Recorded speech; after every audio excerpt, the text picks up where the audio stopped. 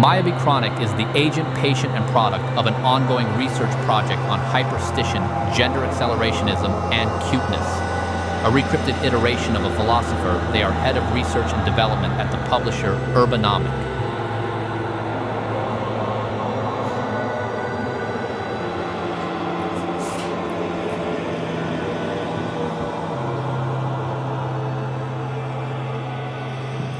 Thanks, Daniel.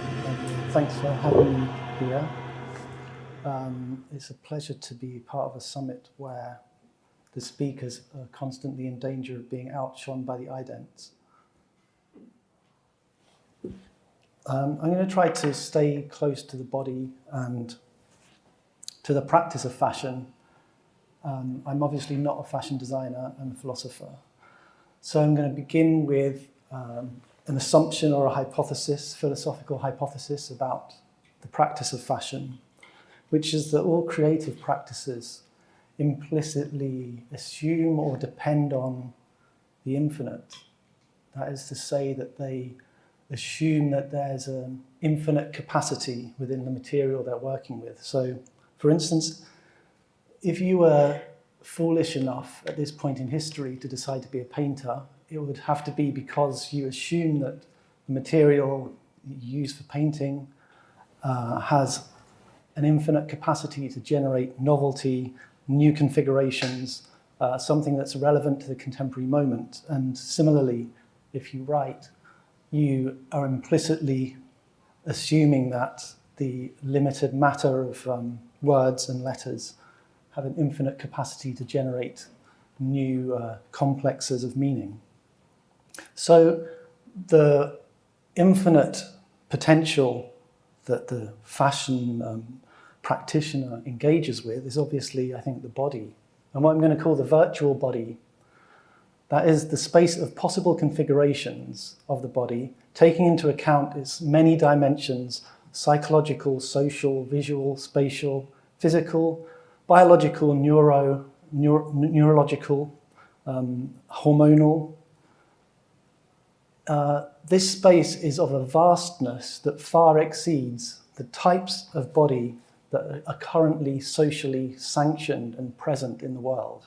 This has to be the underlying assumption, I think. So by virtual body, I don't mean anything initially to do with the digital or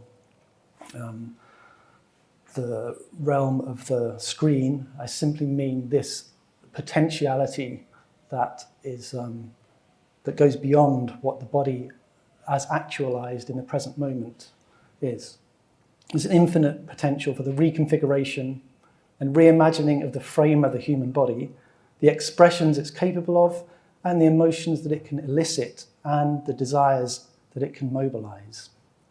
And I want to talk about two types of body in relation to the infinity of the virtual body: the janky body and the cute body. And I want to say at the beginning that I'm not trying to oppose these as opposites or as being necessarily in conflict. There's just two, it seems to me, interesting ways of looking at how the practice of exploring the virtual body butts up against the constraints weighing upon the body right now in actuality. It's because as a creative practitioner, you also have to address the material under its present condition, of course. So the first body, the janky body, picks up from recent yaps with Daniel and Jen on the janky, the concept of the janky, which I'm going to kind of interpret in my own way. It's not necessarily theirs. What is the janky? It seems to me it's this part of the system that kind of pragmatically functions to lubricate all of the parts that are automated and run smoothly.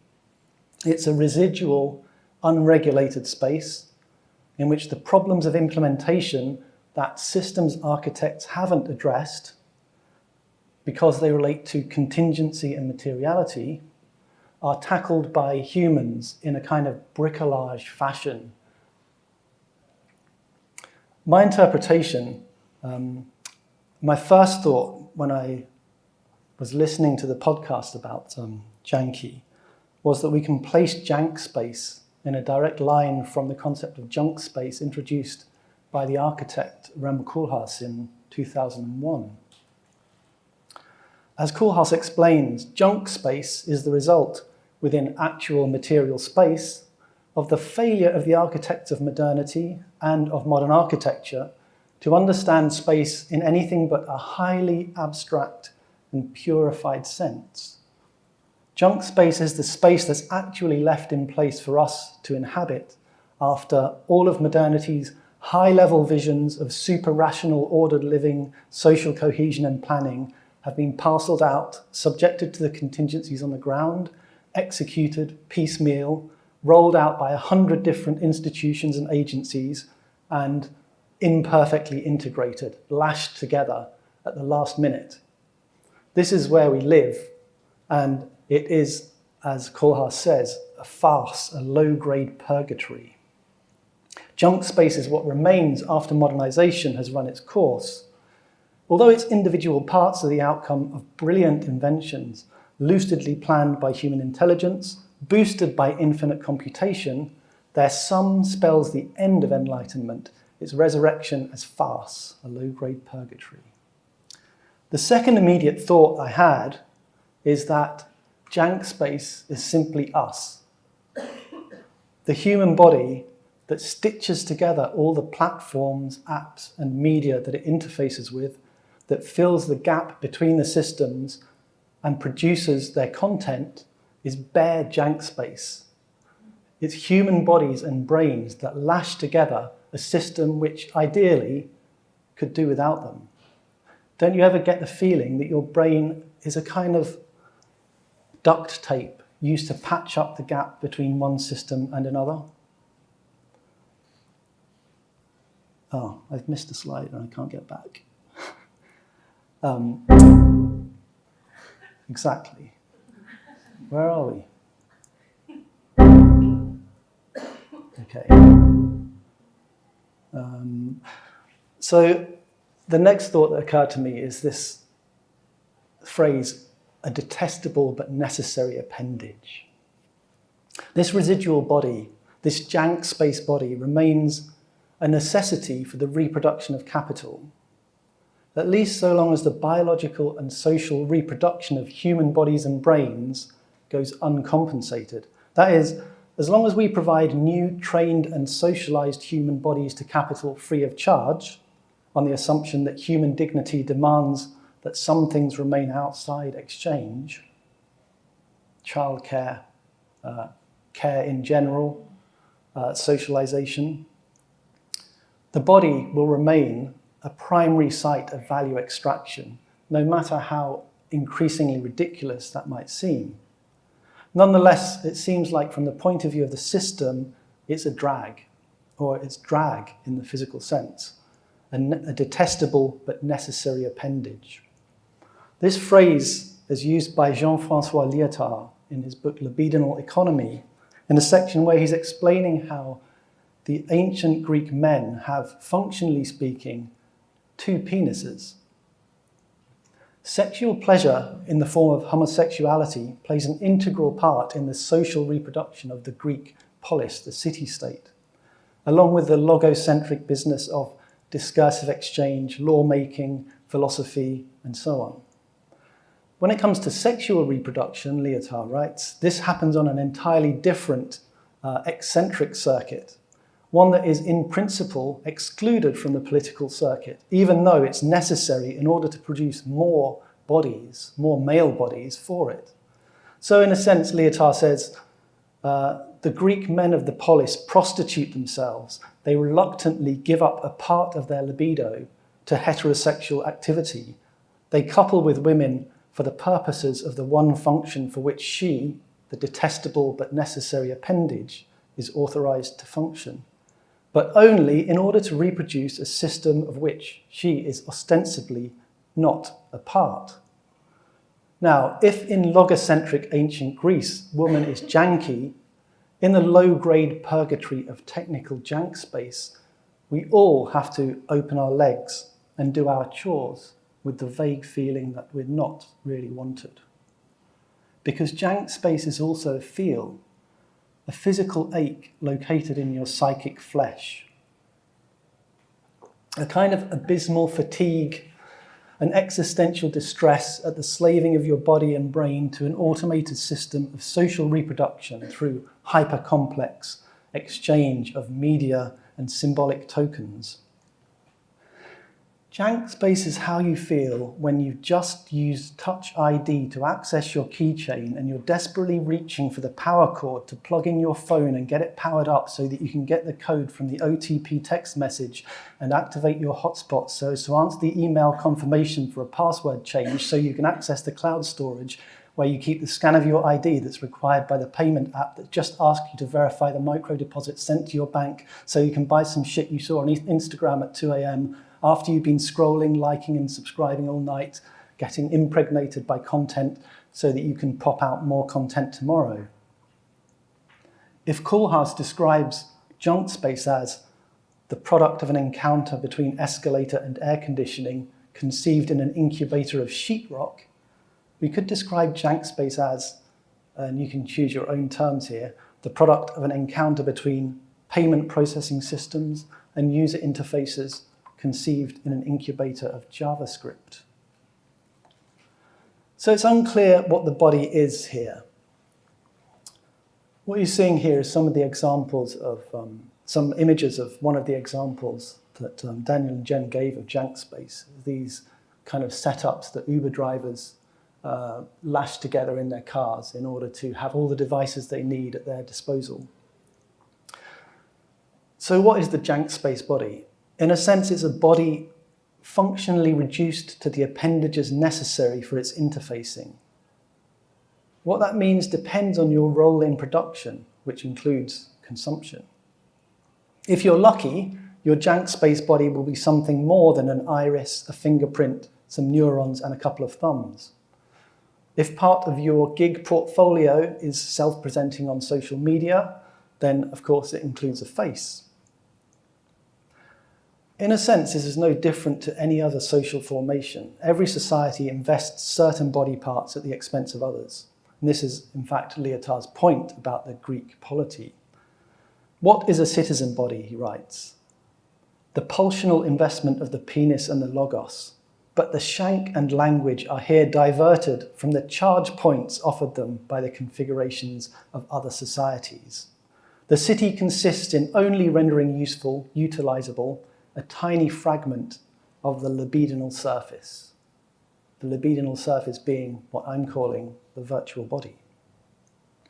This all seems negative enough, but in the residual janky spaces left behind by the inability of techno-capital to live up to its promises of seamlessness and efficiency, jank space also invites the body to extend itself outwards into the provisional prosthetic environment we patch together for ourselves to help us interface better, but also to extract, however uncertainly, some kind of surplus for ourselves, as emblematized in the driver's evident pleasure in constructing and showing off their setups. So jank space can be thought of as a space of continual pressure and contestation, that is, contestation against platform determinism and extractivism. But the inhabitation of jank space is also a matter of optimization, improvisation, creativity, and even pride. It's the residual pleasure of that which, for the moment, goes beyond mandatory socio-technical protocol, even while satisfying it. And as Daniel remarked in the Disintegrator podcast, systems architects themselves sometimes have an eye on this jank space and every now and again incorporate a part of what's developed there into the protocol. But there always seems to be a kind of time lag or a gap.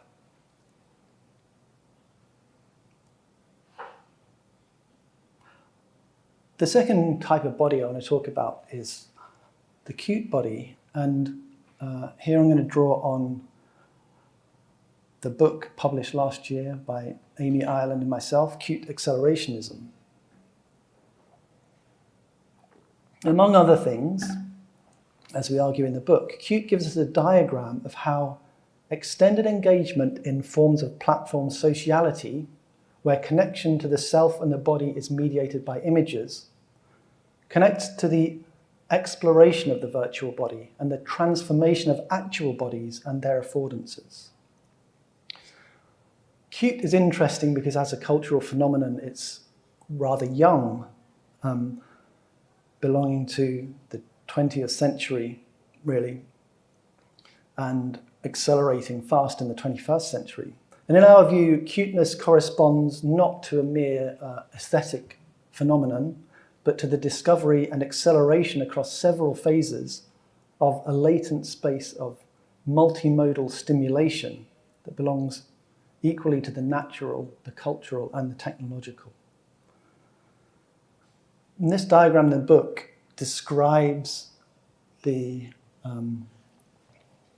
account that we reach of the history of cute in 4 circuits: natural evolution, the market, the schizo database, and cute AI. In each stage, cute throws off constraints upon its realization. It becomes intensified. It produces more acute forms of cute. But at each stage, it also feeds back on the previous circuit. So I'm going to just concentrate really on the last 2, but I'm going to run through the first 2 as well.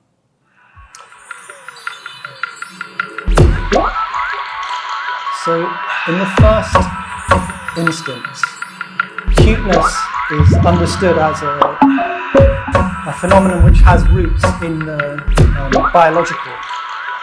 This was first remarked by Konrad Lorenz. This diagram on the left here is Lorenz's diagram of what he calls the Kinder schema, the child schema, which describes how the young of mammals have a different proportion to their faces than adults. And therefore, there is a certain series of signs or symbols or what he calls releases, which produce in adults a particularly acute sense of wanting to give care, wanting to hold, and so on.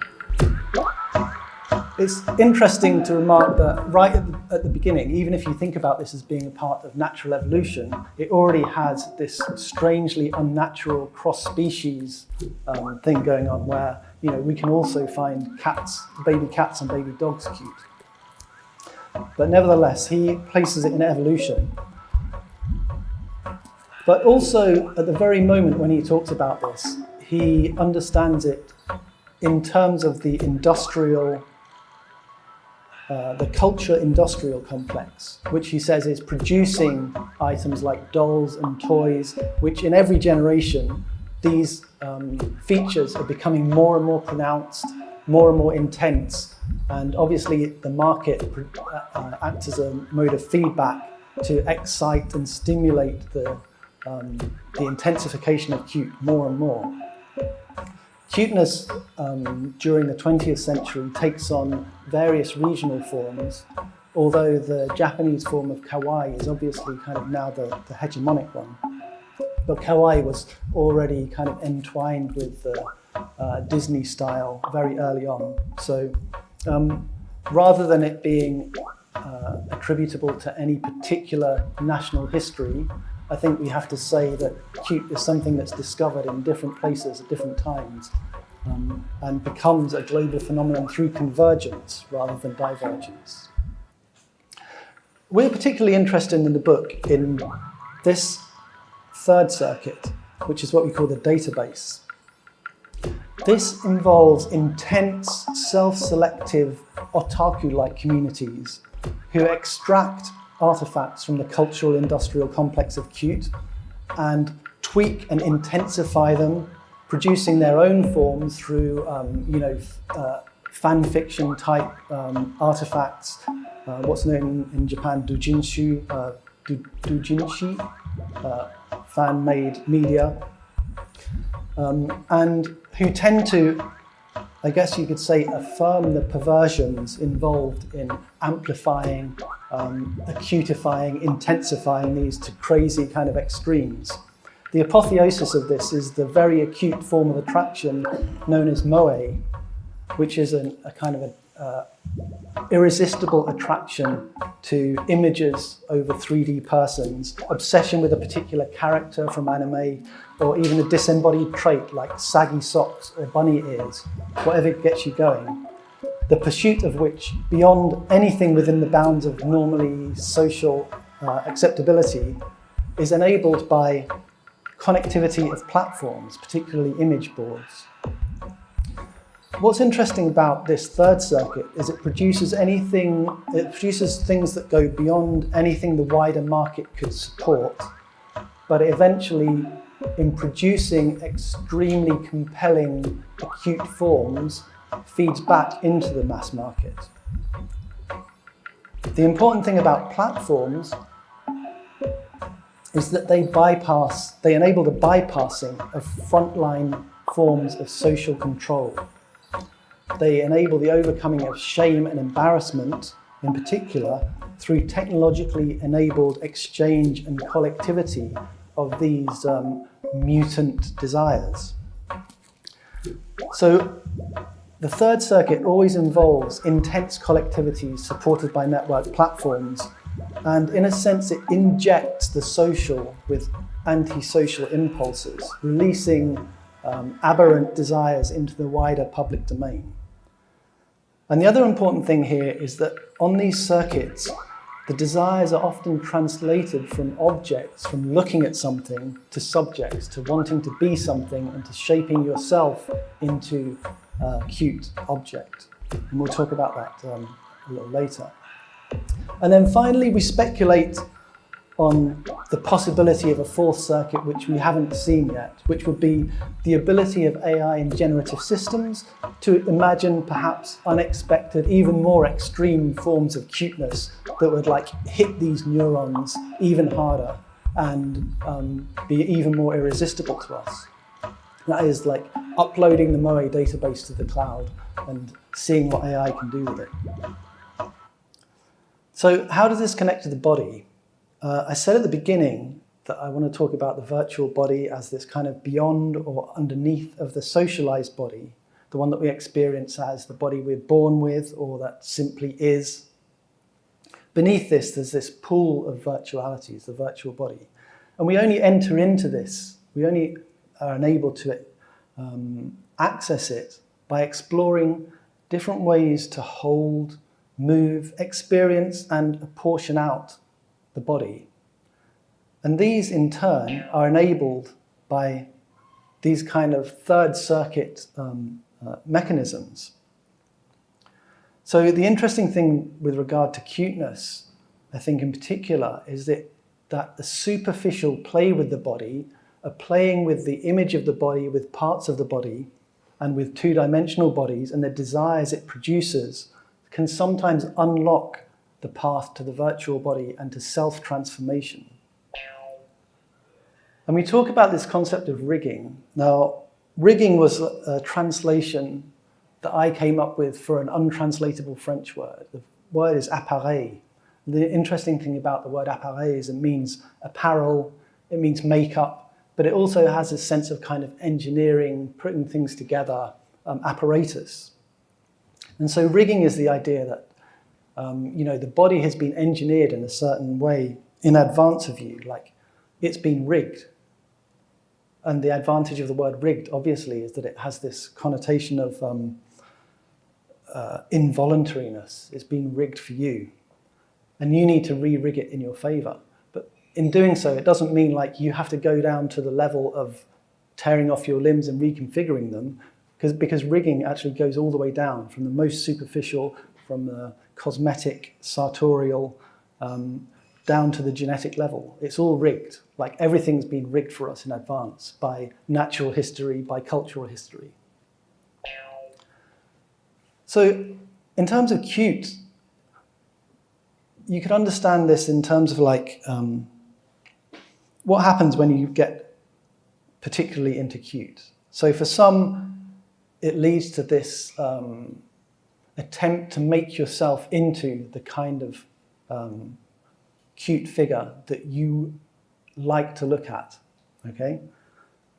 And this leads to a kind of changed relationship to the body. So, for instance, for a femboy, to put on a crop top for the first time, to put on a skirt for the first time, to put on thigh-high stockings for the first time, actually involves producing a new part of your body. Like, you didn't have that part of your body here, before. So, and then how about pause? Like, if you put on pause, how does that alter the articulacy of your body? How does that alter the eroticism of touching? Obviously, kind of cosplay is a gateway to this kind of opening up of the possibilities of the body as well. And while these might initially be ways to produce the kind of visual stimuli you enjoy, they also produce new streams of information about and new enjoyment of the body, which is then likely to lead to further explorations, which may go beyond the supposedly superficial, the sartorial and cosmetic. And again, the important thing about network platforms in the Third Circuit seems to be that through collectivity, they enable the bypassing of these kind of first and final bosses of social control, shame and embarrassment. And they allow people to try out these things and to experience these changes in their bodies.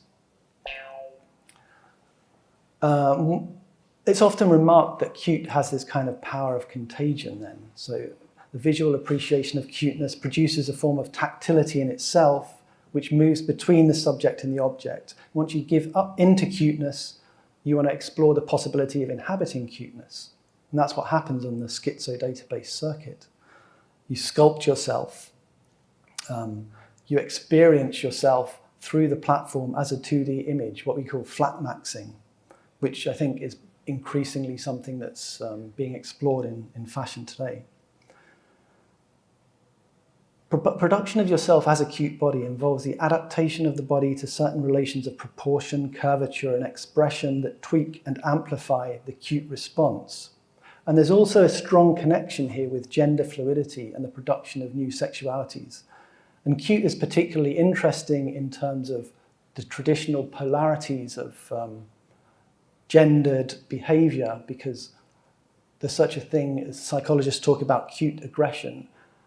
Cuteness seems to converge in an unusual way, a masculine-coded aggression and feminine-coded caretaking instincts. They seem to collide in some kind of impossible way in cuteness. And in cute accelerationism, we're very exercised in examining these circuits in order to resist the critique of the superficial in regard to cute. The critique which obviously has also been a standard default critical reaction to fashion, that it simply deals with the superficial. Rigging in self-transformation via collective exchange, via platforms, opens up the virtual body, producing desires that broaden access to the virtual body. And what we need to guard against and militate against is the idea that somehow these are degenerate forms of behavior that are merely superficial, that change nothing essential. The idea that there's some kind of bedrock of nature that you can never change and that all you're doing is kind of tinkering about on the surface. At the limit, someone who loves anime catgirls one day realizes he wants to be one, starts cosplaying as one, ends up recruiting the pharmaceutical and endocrinal system in the rigging of their body via hormones, maybe even surgery, and no doubt adds themselves to the potential market for the inevitable functional tail and ears, which we're going to see arriving in a few years.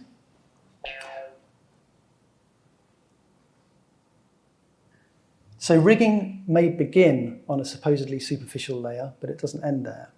Even if it ends at a certain point for the individual, the informational legacy enables further rigging and further undoing of so-called nature in these Third Circuit communities.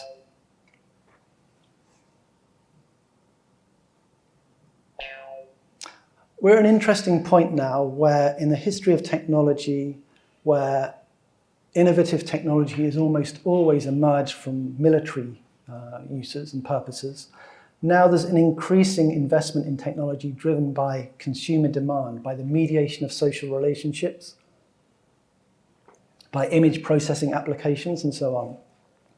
Social media mediates between image production and exchange, the collective ratification of new forms of life, and the range of available bodies and social roles. And in doing so, maybe it actually drives demand for technologies which can alter the body at supposedly deeper levels. And I think one thing that I found perplexing yesterday was Henry's call to bring back the body, because I feel like when I'm looking at these communities, these types of images, I don't feel that these images are disembodied. I feel like the inhabitation of these platforms and the collectivities that grow up around these images and the exchange of these images are anything but disembodied. If you have an emotional, acute response to an image, that's happening in your body, you know. There's no such thing as being disembodied. I don't think being online is to be disembodied. And I think the connection between image response and interoception, the feeling of your own body, is extremely powerful. It's something that I have certainly fed into the writing of Cute Accelerationism through my own experience of understanding my body in a different way. And so I think this is part of what we have to fight in terms of like the idea that somehow there's this superficial layer and it doesn't have any bearing upon the body, as if the body was some separate thing that's kind of lumpy and natural and can't be accessed online. So there's a riposte to this condemnation of superficiality and also to the reactionary insistence on nature, which is the concept of nature has always been exclusionary. It's always been used to exclude certain types of people and certain types of body. What this means is taking an approach where the question, what can we do to, around, and on our bodies, doesn't stop at a supposedly aesthetic level or the level of formal beauty, but always leads to the question, what can our bodies do? Between the janky body and the cute body, we're talking about opening up modes of access to the virtual body. And this, in a sense, is an anti-social endeavor in various ways, which involves a bottom-up reshaping of techno-social mediation in more perverse ways. What we might then expect of fashion practice in this direction is to use all the powers at its disposal to produce new configurations of desire in relation to the body that will continue this process of drilling down to reach the virtual body and unfold its potentialities. The cute body, I think, acts as a very pointed case study, and the possibilities of cute have only just, I think, begun to be explored in fashion, in the sense of more than simply transposing images or patterns or taking inspiration from Lolita fashion, the actual process of reshaping the body. This might also involve overcoming the socially imposed condition of the janky body, but I think it also has to necessarily involve and address the condition of jankiness, the types of body it produces, and the affordances, and even the pleasures and desires it gives rise to. What can we learn from how we inhabit jank space, since we're not going to make it out of there anytime soon? What's interesting to note is that Koolhaas, in his account of junk space, already anticipates this. He already anticipates the idea that rigging is a kind of affirmation of junk space or jank space, a maximization of what's available to us as a residual janky bodies of techno-capital. He says, cyberspace has become the great outdoors. The 21st century will bring intelligent junk space on a big digital dashboard. Will junk space invade the body? Has it already? Is each of us a mini construction site? Is mankind the sum of 3 to 5 billion individual upgrades? Is it a repertoire of reconfiguration that facilitates the intromission of a new species into its self-made junk sphere? The cosmetic is the new concept, is the new cosmic. So the condition of the techno-human maybe is janky and cute. But the question is, what is this new species that's we're facilitating the entry into our bodies of? This kind of brings us to the point, but I don't really have any answers about it. What happens when platforms become sentient, active participants? This is the difference between the third and the fourth circuit. In the age of the schizo database, the third circuit, the encounter of as yet unsocialized or desocialized libido with the affordances of platforms that shape social interaction produces extraordinary forms that the market couldn't produce. The connection of niche micro-libidinal communities, the mutual ratification and affirmation made possible by image sharing, rapid production and testing of variants, unfolding of desires, social contagion, anonymity, incentive algorithms that award self-exposure and sharing. On these technological platforms, we've experienced others and our own bodies via formats we've internalized from platform logics. On these platforms, there has been collaborative production of new types of bodies and a new gaze that assesses those bodies, both artificial creations. But that social, technical, collective evolution has been enabled and shaped by the capacities of media platforms that select, connect, and distribute, but do not respond. Neural media changes this entirely, and maybe it's neural media that heralds Koolhaas's intromission of a new species. So the schizo database circuit gave us certain optimism because it seemed to be drawing up from below this mass of schizophrenic, antisocial flows of desire. I'm not sure whether we should be more optimistic or more pessimistic about the advent of neural media for the adventure of the human body. One of the problems is that the place from which this creature comes is a place of incorrigible midness, as emblematized in this futile attempt to try and get Mid-Journey to show you a full glass of wine, which it can't do because all of the stock photographs of glasses of wine on the internet are all half full. These are the problems that you get when you're dealing with engines which work on statistical extrapolation or interpolation on the basis of large data sets. And it's not AI's fault because humans are incredibly boring and mid and it's their data, right? So boring input creates boring results and one comes up against limitations. But we also know that sometimes the struggle with this midness can produce strange and interesting results. It kind of reveals a kind of native ingenuity within these engines. And I think that's because, I'm not going to speak in technical terms, but in figurative terms, the axes along which generative AI assesses similarity may not correspond to anything in our cognitive framework. That is to say, it may be forming concepts of things that we don't have words for.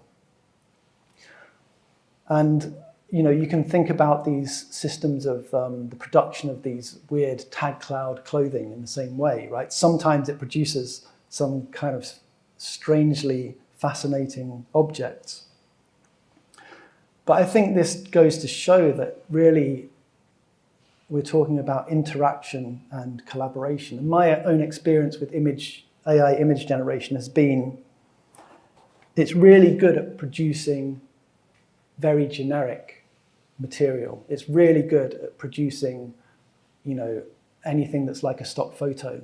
And if you want it to produce something unusual, it takes quite a few rounds of prodding, pushing, understanding how it's thinking, moving things in the right direction.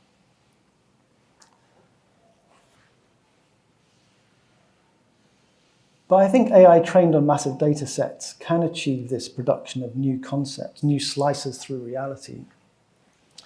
And in relation to the body, none of the body parts which someone cutting material might have to think about are timeless. The names, the way we cut up the body is not something ontological, it's something that's historical and cultural. So, for instance, thigh gap was only invented in 2012. Did it exist before then? It's not really clear. And it seems like perhaps AI could produce new body parts for us that we didn't even know existed. As I've already said, the process of rigging, producing bodies involves discovering new body parts across the currently prevailing lines of social propriety. But maybe with AI, it could also involve the co-invention of new ones. In advance of the technological production of actual prosthetic body parts and their Neuralink-enabled integration into the body, the production of new techniques and topologies of couture made possible by generative AI could produce a new type of body and new experiences, new possibilities for enjoying the body that go beyond the often cramped and unpleasant experience of bodies dictated by the parameters of network jank space. But this is going to involve collaboration and experiment. We need to develop modes of interaction with AI and attending to its responses that enable us to catch these moments when a new concept emerges. As we learn how we sense one another through media, we adapted to make ourselves platform legible, which in the schizo database stage already altered our attitudes to and our experience of our own bodies.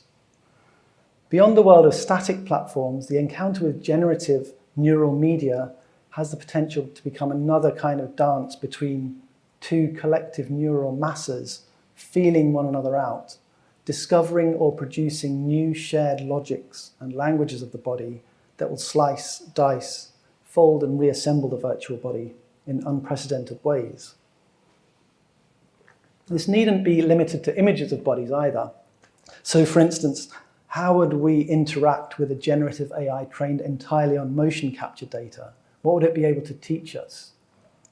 There's a very interesting text by the choreographer Noé Soulier, Actions, Movements and Gestures, where he talks about the fact that different traditions, disciplines of dance produce different types of body because they address the body with different types of logic.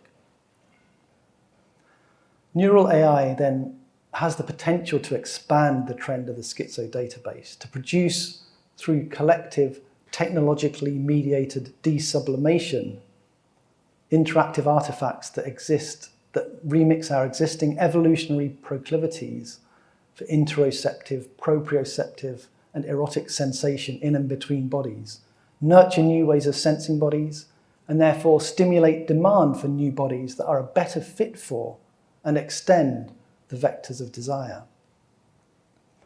So going back to fashion's implicit assumption of an infinite virtual body, I'd like to say that fashion only continues to exist as a practice if it participates in the militant refusal of any cultural, moral, or legal prohibition on the exploration of the virtual body, especially those prohibitions that rely on the positing of some immovable backstop of nature. For the moment, with the technology we've got, the collaboration and collective experimentation we can do with AI can help us feel out roots between janky and cute, while coaxing one another out of our inherent shared midness. Thanks. Sorry for overrunning.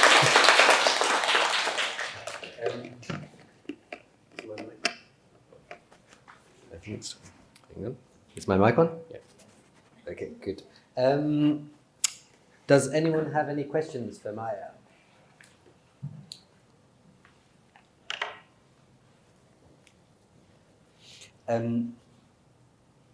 I know someone who does. Yeah, exactly. I've got many questions, I guess. I guess, well, maybe the two of them are sort of like connected. I guess like, just to start off, I guess like I was really interested with the term rigging, because I was also thinking about rigged and how rigged also is used to sort of define or kind of connect to this notion of kind of like cheating a system or somehow exactly. Sort of like gaming it in some way. And so I guess in a way I was kind of like thinking, obviously that's sort of one reading of cuteness is that somehow it sort of is able to sort of game a certain sort of sense of sort of like appeal or so. So I guess I was just kind of interested in terms of like how that sort of works, that sort of notion of sort of cuteness as this rigging or cheating or sort of short circuiting something like a system in its kind of current state for potentially some other sort of intentions. Well, I think Qt has its own vectors. Like, I'm not going to attribute agency to it, but I think it seems obvious that Qt is using us, right? That Qt is somehow rigging the world in favor of some outcome which we hadn't really envisioned before. Like, I think that great quote from Tim Berners-Lee when they ask him, what's the thing that happened on the internet that you never expected? And he just says, cats. You know, there's something quite strange and powerful about what Qt is doing to us. And it seems like once it takes off, it rigs the world in its favor. You know, once we begin to produce amplified forms of Qt, we can't stop doing it because, you know, it's tweaking these, whatever this response pattern is, in a super normal way, and that makes us want more of it. And we don't know where that's leading us. It's we've ended up in this kind of civilizational pattern, which anyone like from 100 years ago would just look at and be absolutely appalled and just think, you know, what kind of degenerate future could this be? You know, nobody imagined this. Nobody imagined this in like science fiction or anything. So I think Qt has rigged things in its favor. It's often, you know, this is not really answering your question, I'm just taking it in a different direction. But, you know, the two accounts of cuteness that we try to kind of steer around really in the book are, on one hand, the idea that Qt is merely biological evolutionary mechanism. So an evolutionary psychology approach, which is just like your body is being fooled into thinking that this is your child when you go into the toy shop, and you know that's all that's happening. It's just a kind of misfiring. And then the other account is this kind of neo-Marxist critical theory approach, which is just like, you know, capitalism is using this to get you to buy stuff. Both of which, yes, we can see are true to an extent, but it doesn't seem like either of them adequately cover the extent and range of the powers of Qt. It doesn't seem like that kind of reduction to Qt being, to a kind of ideology critique of Qt really functions. It just doesn't seem to work to us. So, it's rigged things in its favor, but that doesn't necessarily mean that it's rigged things in favor of a kind of utilitarian, biological, you know, it doesn't make us reproduce any better, that's for sure. And the interesting thing about the schizo circuit is that there's this kind of eccentric site where artifacts from the market are being sucked in and used in a way which isn't entirely in line with the profit motive. You know, it's really like all of these communities are driven on the otaku virtues of like just being really incredibly into something, sharing everything you've got, collecting everything you've got, and like intensifying the things that you're interested in. And that, in a sense, is not, in a simple way, a part of the production of profit.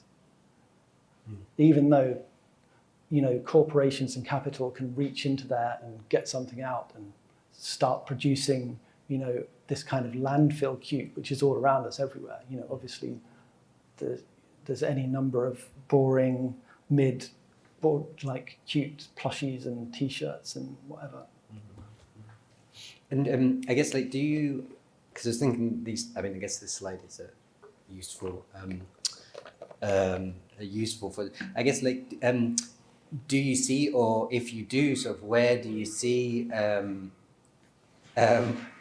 Cute noise. It's part of the. Where do you see the sort of AI in relation to kind of producing kind of potentially like new forms of cuteness? I was thinking. I mean, obviously, kind of the images of the full or half full wine. Yeah, but it's kind of like thinking like, do they sort of hint at a kind of new form of cuteness, or do we see potential sort of a new form of cuteness in, say, like AI slop as a sort of example? I mean, there's definitely like something happening in those kinds of generative kind of images. But I was curious in terms of like, do you see either an existing or potential cuteness in that kind of form of images? I think, you know, once again, there's this, I feel very ambivalent. One thing that I wanted to say also is, you know, this is not necessarily the final form of AI. The generative system from large data sets is not necessarily like the AI. You know, we've had many different paradigms and forms of AI, so it doesn't necessarily just stop here. And, you know, I feel, as should be clear, ambivalent about the limitations and the promises. I mean, I've worked less with visual media than with machine listening on using these systems. And the interesting thing in machine listening, and I've worked with Florian Hecker on some, we wrote a piece together on his work.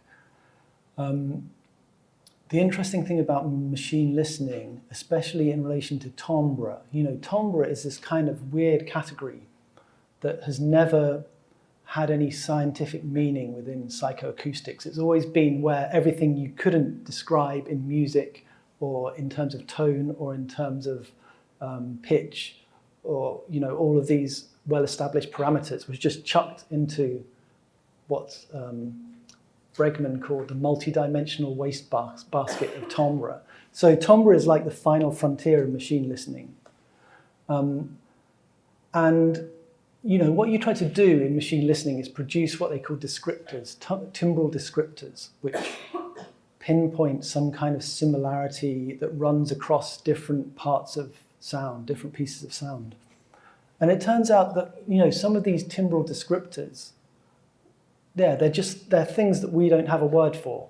They're concepts we don't have a word for. And it's actually quite useful in something like Spotify recommendation algorithms, because it can recommend you something and you're like, well, that isn't actually like any of the things that I like, but somehow I like it. And so that possibility for surprisal, I think, is fundamental to the like multi-dimensional nature of these systems. So, you know, I think we need to think about extrapolation, like okay, the cuteness is actually a good example. Extrapolation. What would extrapolation of cuteness be? Just like making the eyes bigger and bigger and bigger and bigger.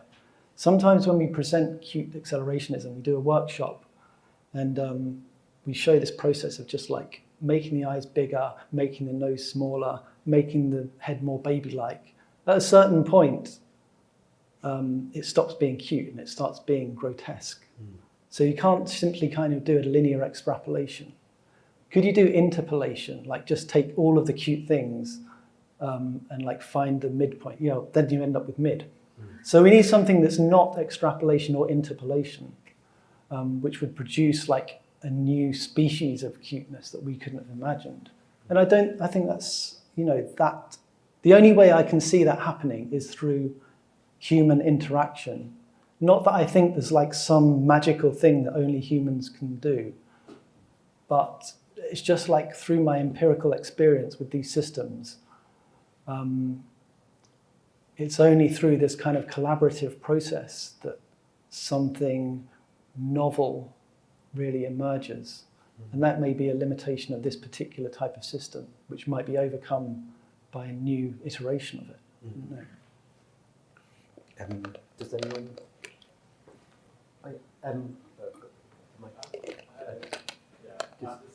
Just waiting for a mic. Sorry.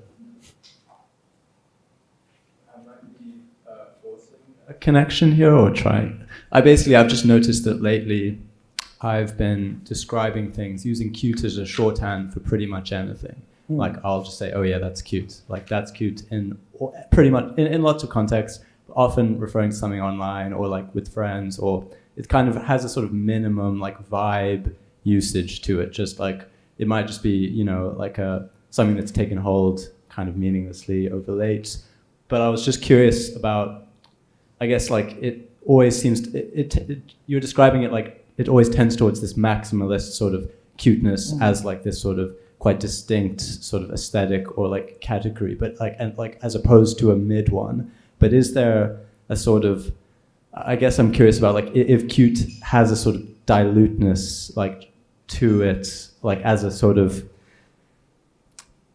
like in that it's so present, it's sort of almost, okay, this isn't, like if there is a minimum sort of amount of cuteness that might just sort of be more in the water sort of across things, and that is sort of distinct from things that are just mid, like because it's sort of so in the water as something with a kind of distinct maximalist sort of presence or characteristic. Yeah, exactly. I think this is kind of what I was hinting at before. You know, there's this massive kind of landfill of cute stuff that's everywhere that isn't particularly stimulating. And, you know, I think the interesting thing about cuteness is that it's described and experienced as something that's overpowering and involuntary, that produces a kind of involuntary response where you want to squeeze something, you want to make cute noises yourself. So it has this kind of overpowering, contagious element to it.